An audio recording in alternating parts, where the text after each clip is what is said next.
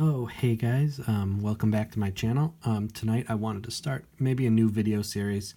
I realize, most of my content is just my TTM requests, a pack opening here or there, a mail day here and there. And I haven't really showed you guys any of my collection, which I've been collecting autographs, I've been collecting TTM for at least 15 years, if not more. So I'm thinking Sundays I'm going to do something called Show It Off Sunday. And this is my first one. I have different ideas to do different weeks to show pieces of my collection, different things I've done over the years. And so for my first one, I figured since most of my content is TTM related, I'd show, what I thought were maybe my top 5 favorite or best TTM responses over the years.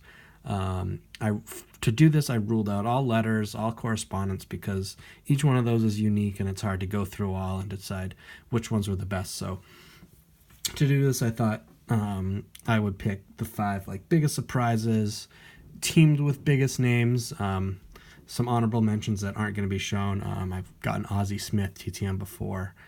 He was a close one. Phil Rizzuto when he was alive, before he started charging a fee. Those were 2 that I left out. So I guess I'll show you the 5. And one caveat, all of these were free. They were not with fees. I may have another one where I show some of the best ones that I've gotten for fees. Like back in the day, Eddie Matthews signed for a huge fee of $2. Warren Spahn, $5. So I may show those off. But anyway, here are my top 5, or what I thought were my 5 best. No particular order in these, I don't think. So the first one is Roger Clemens. Now he signs through his foundation for $25 or more. I'm not exactly sure. I don't know if this doesn't really come through great.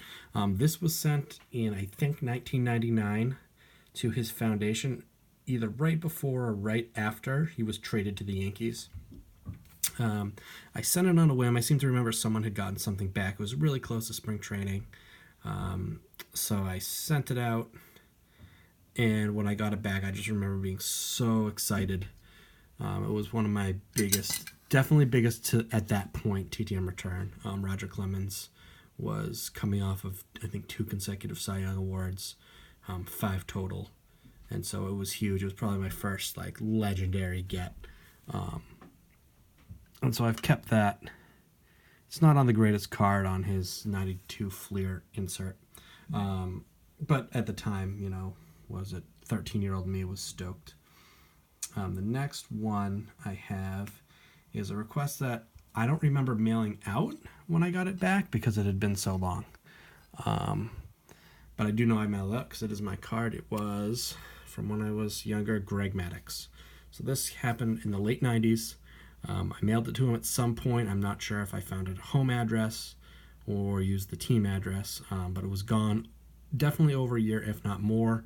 And then I remember one day it showed up and I was shocked. I vaguely remembered sending to him, but not really. It's before I tracked stuff. So to get at that point, it was surefire Hall of Famer, who didn't typically sign. His TTM success rate is extremely low. So I pulled that in. Again, this was free. The next one, a lot of fans might not know. If you're a Red Sox fan and like Red Sox history, you'll know this guy. And if you're a set collector, you may know it. So the next one is Jim Burton, former Red Sox pitcher on a 1976 Topps card. You might be thinking, great, this was a common player on a random set.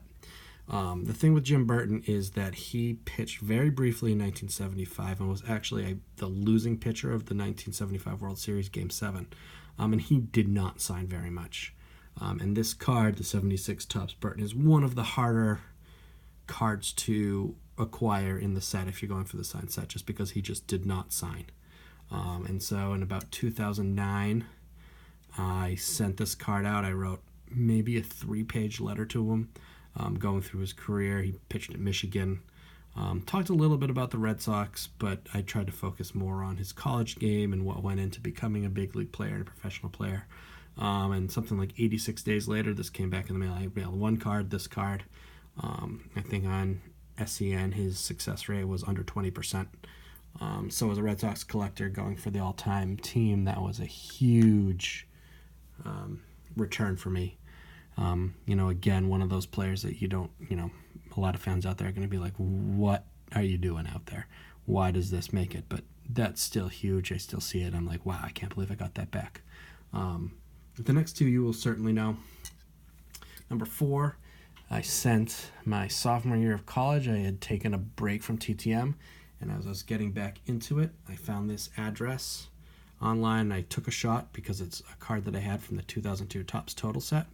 It was Sammy Sosa. I found something in Chicago and just mailed it off and forgot about it. And 2 years went by, and I came home one day from college, and I had a stack of mail waiting for me, and this was right smack dab in the middle of it. And to this day, I can't believe that it came back. It is the only Sosa autograph in my collection. And we know since then, since 2005, he's kind of been caught up in the steroid allegations and his kind of career, and the outlook and the perspective on it has changed a lot. But at the time, this was, he was still, when I sent it at least, he was still hitting 60 or more home runs a year, and nobody was really questioning it. So this was huge. And that was, I remember getting that back. My sister-in-law was actually hanging out with me, and she wasn't my sister-in-law then, and she thought it was hilarious how excited I was getting over it. Because, who gets Sammy Sosa in the mail? I don't know, honestly, of any other successes of him. Not that I really looked. Then my final one comes from a player who signed a lot. He's an absolute legend in baseball. Everybody here watching the video will know who he is. And he signed frequently while he was alive.